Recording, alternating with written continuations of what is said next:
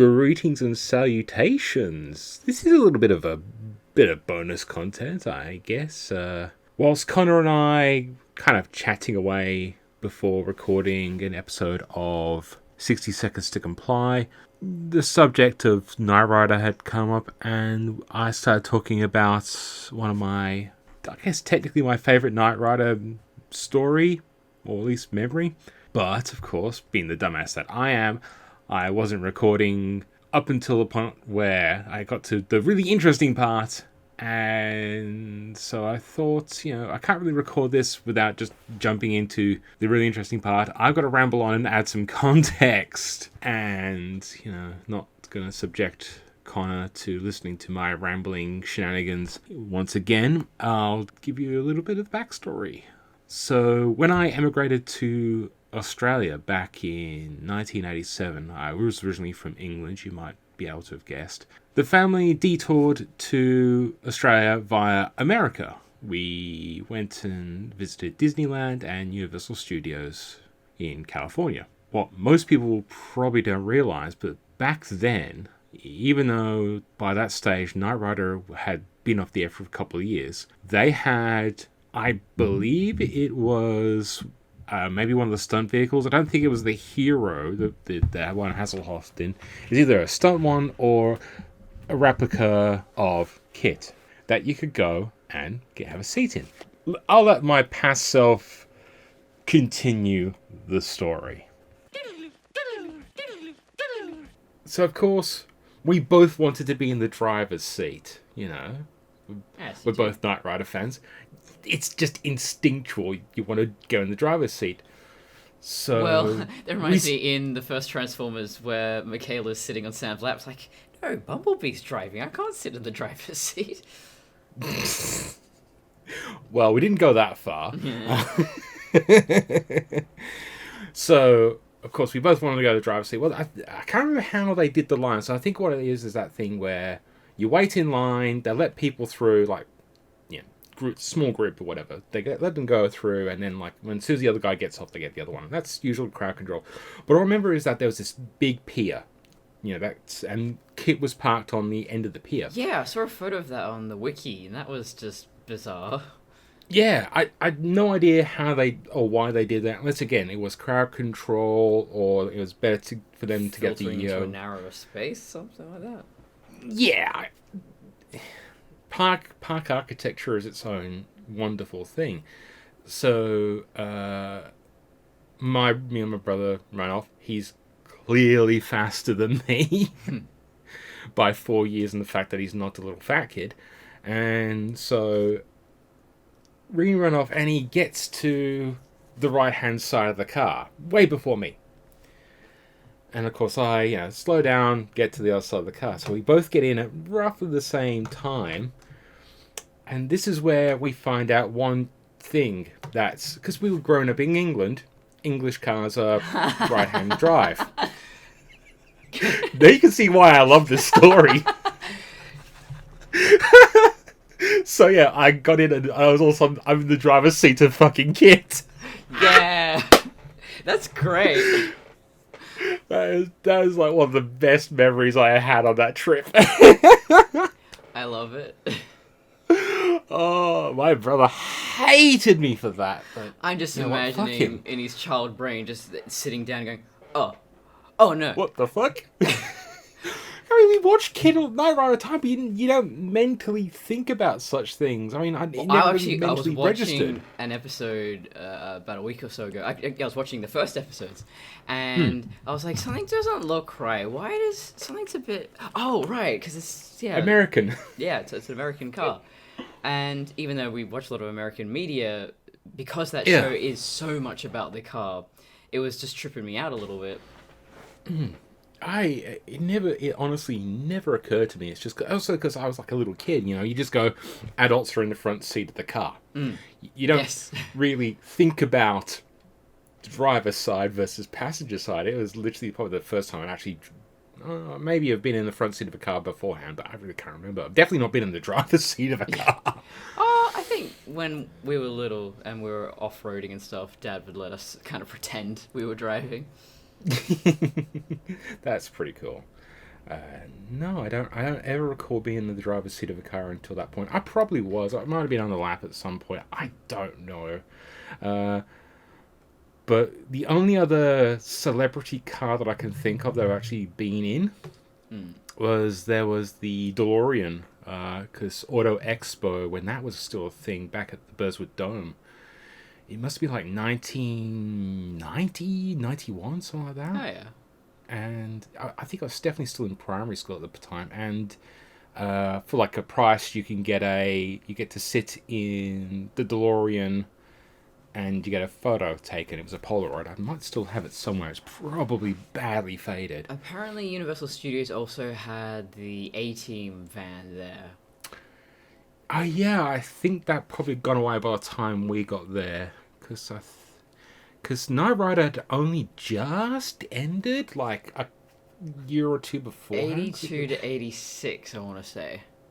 Yeah, because I was gonna say, I don't, because you're saying about you're investigating things from 1981. And part of me is there going, I'm fairly certain that Knight Rider was 82, but I'm not going to stop anyone from enjoying Knight Rider. I know, that's the thing is, do I abstain from the things that have yet to come chronologically? I don't know. Nah, I I'll think watch the it again. 80s, the 80s are an amorphous blob of a time, and it's kind of bendable to what you could consider the 80s. Mm. Because you also have like peak 80s, which is like almost like the late 80s. That's where things get really kind of weird, especially like the fashions and shit like that. And the 80s kind of trailed off in the early 90s in some aspects. Like the 90s really didn't get an identity until essentially Nirvana came along. True. So yeah, I bought. I was just looking for one kit. You gotta be careful. You sounds like you're becoming a bit of a maximalist. I'm buying all the things. Yeah, I'm definitely into cars right now and Hot Wheels, and every time I go out, I'm looking at the Hot Wheels. I don't know why. We should do a what you call it? We should do a op shop run at some point. Yes, I do need to. I need more clothes, especially, and I also love looking for old toys to glue together, like I'm Sid in Toy Story, and turn into monsters. Yeah, You don't get a lot of Transformers here, though. No, I haven't noticed that many good toys in a while since I've been like op shopping. It's just been one of those things where I think my toy collecting days are behind me. I mostly now go for like tchotchkes and stuff like that. Or if I'm going to buy a toy, it's usually like an old toy. I'll buy it off like Collector's Zone or something like that. You can hear me opening up the kit Hot Wheels packaging because I don't give a fuck about resale value. Oh, he's so shiny. Wow. Okay, because I got 3. So I didn't mean to, but I was looking for just the cheapest one. It was like a set of them. So we've got the shiny new one. He's very glossy. And then there's an older one that's a bit beat up. And I think I'm going to make that into car. I'm going to repaint him. That's going to be car. Because they never made a car Hot Wheels. Okay. They did make a car Hot Wheels, but I think it was limited edition. I do have one. I know I do have one because I just saw it just recently, but it's in a box. I don't know where my kit is though, so I can give you the shitty one from Universal Studios that isn't even a Hot Wheels. I have no idea what I'm doing with this one. I don't know. This actually, you know what? This is going to be, I'm going to stage a scenario here where the shitty beat up one is from a post-apocalyptic future. He's traveled back in time and he's trying to warn Kit to get his shit together. Don't let Michael Knight make executive decisions. That's a bad idea. I need to, so next payday, I'm definitely going to buy a DVD copy of Knight Rider 2000 because I'm sick and tired of not being able to find a pirated copy of that. And I want to watch it again. And I want you to enjoy the brilliance of the future year 2000 made in 1990 something. Movie night. I just realized I really don't have that many car collectibles, at least on display. The only one I got technically on display at the moment is my Batman 66 that came with the Blu-ray pack. And is at Hot Wheels. '66 Yeah, Batmobile. I never really was big into cars, but getting into Transformers and just I've become fascinated studying the psychology surrounding cars and how they're almost like they're like pets. They're like toys for adults, but not those kind of toys. They Yeah. just they have a place in our society, in our families. They are anthropomorphized in a way that few other inanimate objects are. I And see the only thing that comes close as a fetishism, more so in America, would be the gun. yeah, true. Like, there's a Fetishization. fetishistic nature to. God, I I don't know was why the I'm kid trying who to wanted to fix be my a pronunciation. paleontologist, so the pronunciation thing, I'm on top of that. Yeah, well, sometimes my mouth and brain don't work. That's what I'm here for. I'm fairly certain I stole that joke, and I'm fairly certain I stole that from Tripod. Oh wow, tripod, that takes me back. Oh, I still listen to them occasionally. I have them on the car. But it's a shame that these little Hot Wheels, the doors don't open up, or there's no you can't, you couldn't fit a light Yeah. in there. It's so tiny, but still, I would love it. I still have my RC Knight Rider because I bought. Okay, so Dick Smith back when they actually did electronics and were good. So this is almost 20 odd years ago. No, yeah, about 15 odd years ago. Yeah, about 15 years ago. They released a actually not too bad Knight Rider RC car. It wasn't like That's so really powerful or anything like that. I ended up buying two of them because I was going to turn the second one into car. of So I course. pulled it. So I pulled it to pieces, and that's where it's remained. Oh no. You gotta do That's it for such a me, man. me I thing want to to see do. it. Do it for me. It's in the lot. It's in the roof at the moment in God knows how many different boxes. So the irony is, I think I've still got all the pieces to the kit I pulled apart. But do you think I can actually find the kit that was still together? I guess you place more priority on not losing the bits for the other one. Yeah. No, but here's the cool thing: is that I had a kit, an RC kit when I was a kid when it was first out. It was one of my favorite toys. I broke the living shit out of that because, like, I was, accidentally ramming it into walls and all that. So, like, it was still running up until it stopped. But, like, the bodywork was totaled. And it was kind of cool because, let me just think, it was probably about... Did your your toy insurance cover that?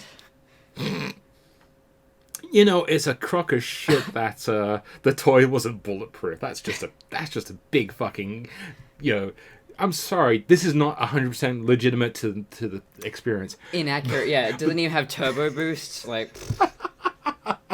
Yeah, it was called pressing even harder on the forward button. And but it didn't have scrolling lights. It just had a central LED light up thing. So the cool thing was the one that I got like 15 odd years ago, is that it had like 5 LEDs that would scroll at the front. So what I did with the car is I took out the red LEDs and replaced them with orange ones. yeah. And that was the last thing I ever did on it.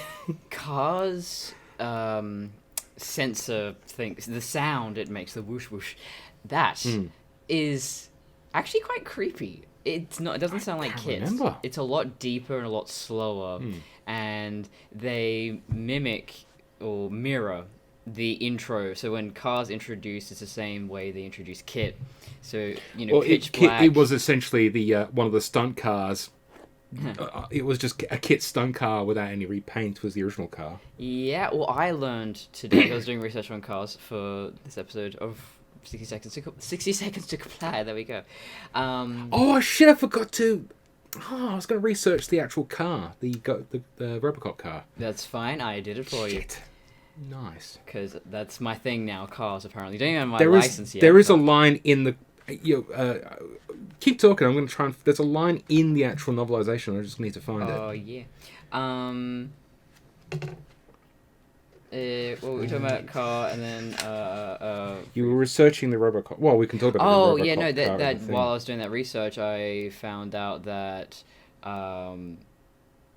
the first two Trans Ams, this particular Trans Am, off the line, went to Knight Rider. Yeah. That's amazing. It was a from what I can remember, it was a concept car. Yeah. That Pontiac were looking at making, and so yeah, like I think the first 8 ever made went to the Knight Rider production when it went to full series, and there was one, maybe 2 hero cars, were essentially the ones that the Hoff would drive around. The rest were modified to do particular stunts, like to jump off the ramps. One was modified in a particular way to do the handbrake turn. Sorry to interrupt, but I love the fact that Kit has the uncanny ability, and this is underrated, by the way, his uncanny ability to find a ramp, even in the middle of the freaking desert. in the ocean, he could find a ramp. Well, he had supposedly booster jets to it. Well, what would it? Yeah. What you would probably call booster jets, like to jump him up. It wasn't like Dukes of Hazzard where they just managed to conveniently find a dirt ramp that allowed them to jump. True. I just noticed that the Hot Wheels car actually has the dashboard, like it has all the little lights. Oh, nice. That's really cute. I love God, him. I remember as a kid trying to memorize the layout of the dash and to draw it and stuff like that. I still want a necklace that is the lights. That would be so cool. I don't know anything about electronics. I would like to... I don't know. If they had those toys around still, I guess I'd just take that apart and use that. But that's a very expensive way to go about it. I mean, you could make a pendant. Okay, no, I wouldn't say I could make a pendant, but I mean, the figurative. You can make a pendant that is like the light bar. It would be next to impossible to light. It's not a matter of making it light up. It'd just be bulky. But it's battery. It's where you're going to hide the battery. Because that's always the problem, is power. Maybe it could just run on a watch battery. Maybe it could. I'm not sure how long it would drain for. Because watch batteries are pretty low power, and an LED is usually a couple of volts. God, I've not done LED power things in a while, so it's hard to think off the top of my head. Well, especially programming something to actually move and do all that, like, that's... Yeah. I don't even know how to begin. Raspberry Pi something. No, if you know how to hook up a timing, because you can get like timing, what are they called? Chips, like, but they have either way. There are specific chips that this is how a lot of oldie styley things used to be done before micropressors. Although nowadays you can actually get a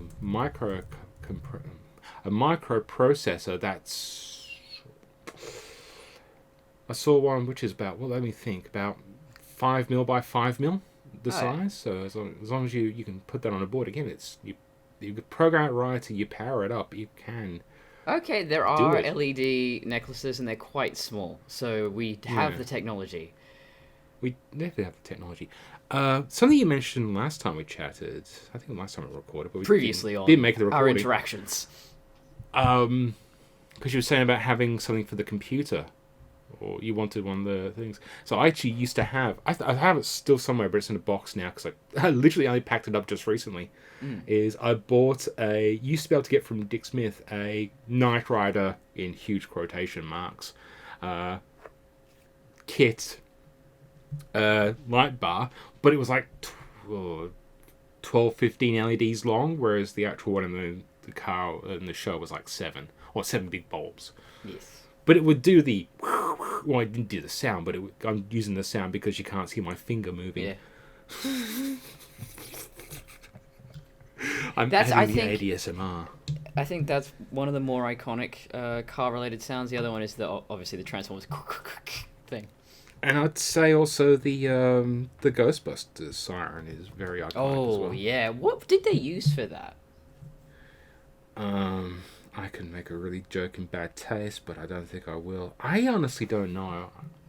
I think it's supposed to mimic the idea of like a spectral sound, but at least it was something distinct enough that you couldn't recognize it as an emergency vehicle, but still got the intonation of an emergency vehicle. It has the vibe, the energy. It's the vibe, Your Honor. I kind of wish Car was painted all white. Hmm. Because, there's that old cowboy thing of the hero wears the white hat and the villain wears the White black hat hat. versus black hat. And now we've got an all black Car as the hero, so why not make the villain all white? I think that was probably... I'd actually say that was probably more of a logistics thing. Like, it's probably a thing of, do we really want to paint up an entire car versus we just paint the mud flaps? Yeah, and also that half and half thing is so quintessentially 80s. Yeah. But it's funny though, he's like, I must disguise myself. I'm going to change my paint. And then he gets about halfway up and he's like, yep, done. No one will recognize me now. The thing I love is when you actually see some Trans Ams from the era, when they finally went into production, because I think by the time they went into production they were changed. Sufficient enough that the bumper was different. I'm not sure if that was a part of the concept or it was a thing they added for kit, the actual extended front bumper, so they could have the light bar. I don't. Hang on, I'm gonna have to look at that.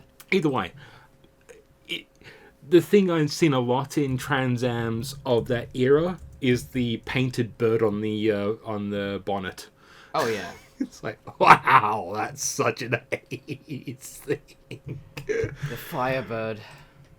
The Firebird, yeah, because that was a Corvette thing as well of the era, I believe. Some of those Corvettes looked a lot like that Trans Am, so... Yeah, because I think Corvettes was the thing that Face from the A-Team used to drive, and the Pontiac. Actually, they didn't change the front of the car to be kit. That's interesting. Yeah, no, because I think the production ones are slightly different to the point where if you want to get a Trans Am, you need to buy a fan-made bumper to fit like the light bar and all that stuff into it to extend it out slightly. It looks pretty sexy and white. I think Car should have done that.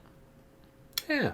See, the problem was he kept hanging out with these bogan dudes, and like if he had just chose to hang out with a woman of taste, she would have been like, yeah, clearly she'd go white. No, I'm just imagining Car getting done up by a redneck mechanic. He basically was. No, but like, it's like he's got a couple of like gigantic twin exhausts. No. Flames down the side. Yeah, Kit sees him like, my God, what have they done to you? I don't want to talk about it. Wait, hang on. I've got to do my main voice because that's what Car sounds like for whatever reason. I will destroy you, Kit. Y'all. What have you done to me? Oh, someone did a rainbow one. I love it. Oh, wow, I gotta send that to you. I haven't looked at I haven't looked into Trans Ams for a while because I was thinking of buying one and doing up because. Yeah, everyone, please, if we do even make any of this into the podcast, please support my GoFundMe so I can buy a kit, basically. Because about 20 years ago was when I first started looking into it. Probably I had another serious attempt about at least 10 years ago, and there was a place in America that all they did was Trans Am conversion kits, and with only one singular T, unfortunately. But they actually did a left-hand drive and a right-hand drive version of the dashes as well. So you can get a right-hand drive kit. If you got a right-hand drive Trans Am, you can do a right-hand drive kit. I want it. Also, look at the one. I sent you a link in the Zencaster chat.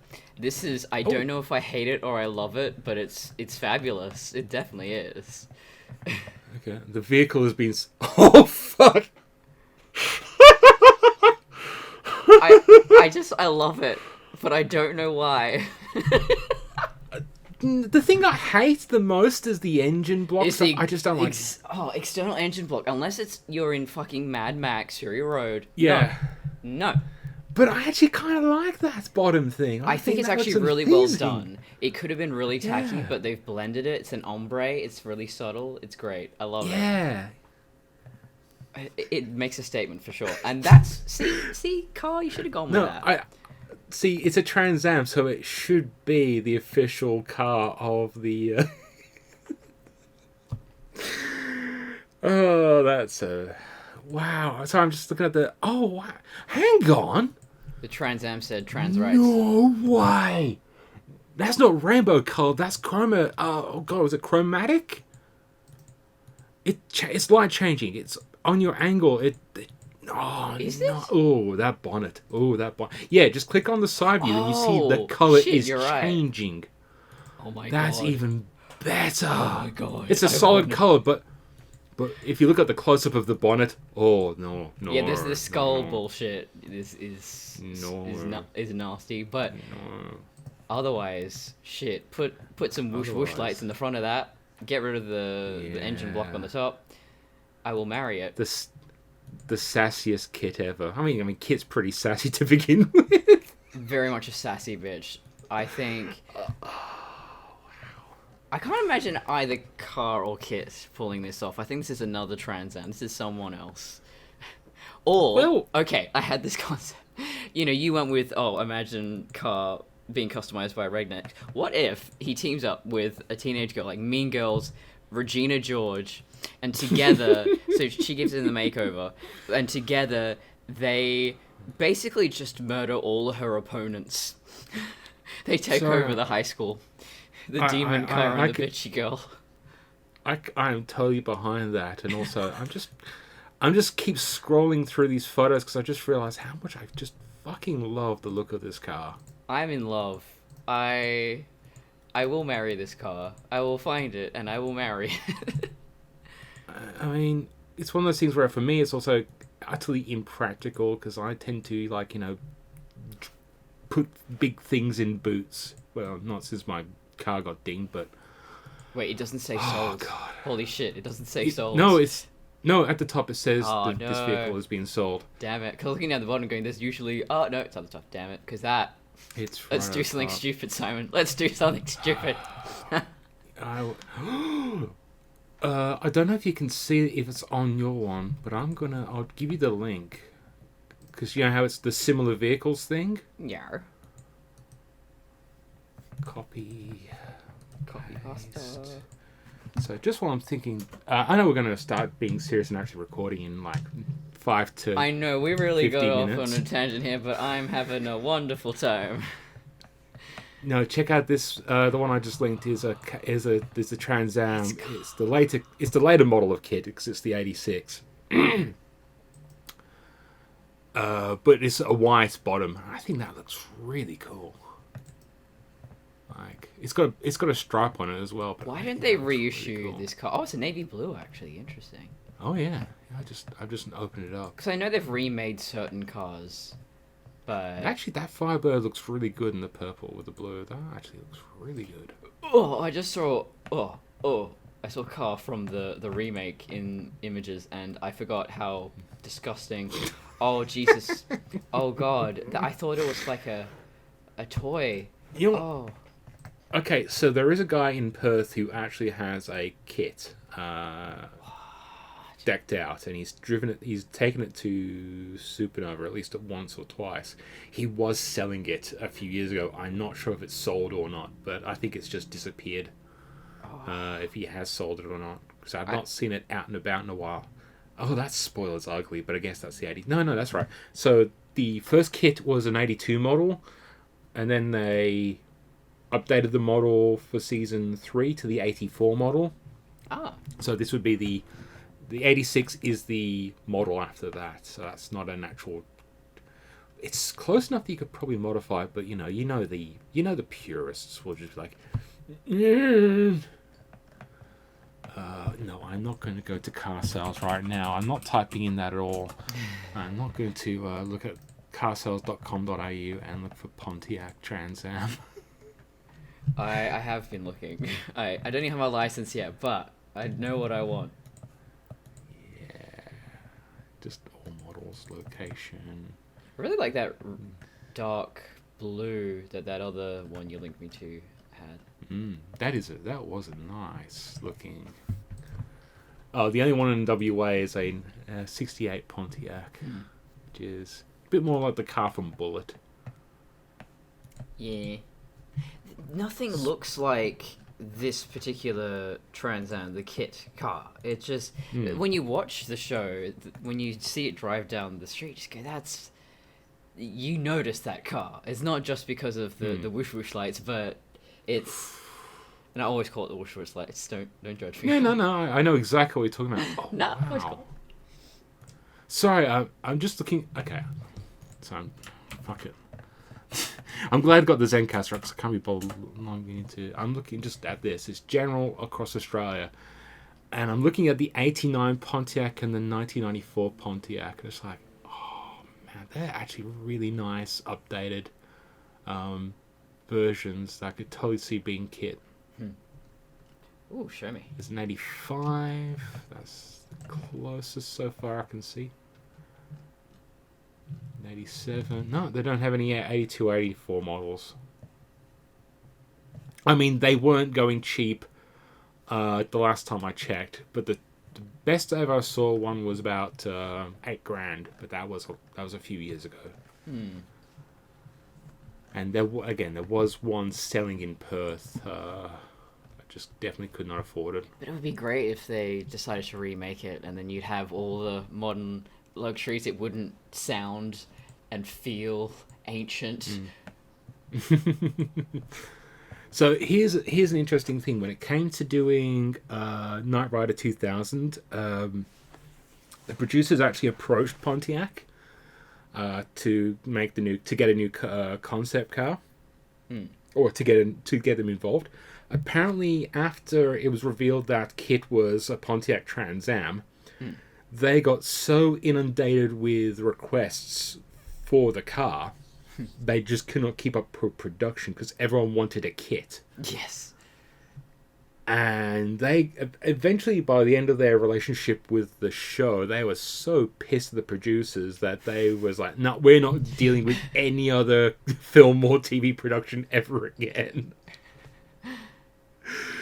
So, it's too successful. How dare! It honestly was, because they weren't expecting to sell that many cars. I mean, car manufacturers only make a certain amount of cars per year because they know how much volume they need to produce based on previous things. Nobody outsells a car that quickly, realistically speaking. And that's another thing I find fascinating about popular culture and film in particular, and film and television, because it infuses an object with a story. There's this public speaking coach. He talks about how he bought, I think either he or he read this researcher, bought a heap of items off of eBay, just some random stuff, and he got some people to write stories, gave each of these items more significance. And some of these items ended up selling for 3 and 4 times the original price because they had given it a history, some kind of significance. And so with car or the DeLorean or anything like that, it's not just a car, it's this legacy. I mean, that's essentially that's DeLorean to a T. To a certain degree, it's like that was a failed car. It was a piece of junk. Let's be brutally honest. The DeLorean, in and of itself, was a shit car. And that I love that because it works in continuity to me. That's perfectly in character that Doc Brown probably bought this piece of shit car, did not care, got it real cheap. He's probably blown up a few before he got to this one. So well, one of the absolute ironies in Back to the Future is that a DeLorean is physically incapable of reaching 88 miles per hour. Wonderful. My favorite all-time DeLorean story is there was I think it was when Christopher Lloyd came to Australia back in 2013. God, yeah. 2013 or 2012? Somewhere around then, yeah. Yeah. It was near Prometheus. It was definitely it must have been 2012 because that was the year I met Brendan. And it must be that year. Either way. And in Sydney they were having a meetup with, I think, all the DeLoreans literally in the city or in the state. There were 12 that was supposed to turn up. only 8 made it because the rest had mechanical failures. Uh, And that says everything you need to know about DeLoreans. yep. And that's it for some of the bonus content. We usually don't record that much before a show or even afterwards, unless I forget to press the stop button. So, yeah, probably not going to get much more of the deep lore in future episodes or future bonus content. Once again, thank you for listening. You know what? This is bonus content. I'm not going to go through the spiel, but, check us out. The links are below. Have a good Christmas, Yule, Kwanzaa, Hanukkah, that one with the pole that Seinfeld invented, which fucking makes no sense. Praise be to the flying spaghetti monster. Everything, just keep well in this disaster of a year, and hope you stick around for the disaster that's going to be next year. Bye.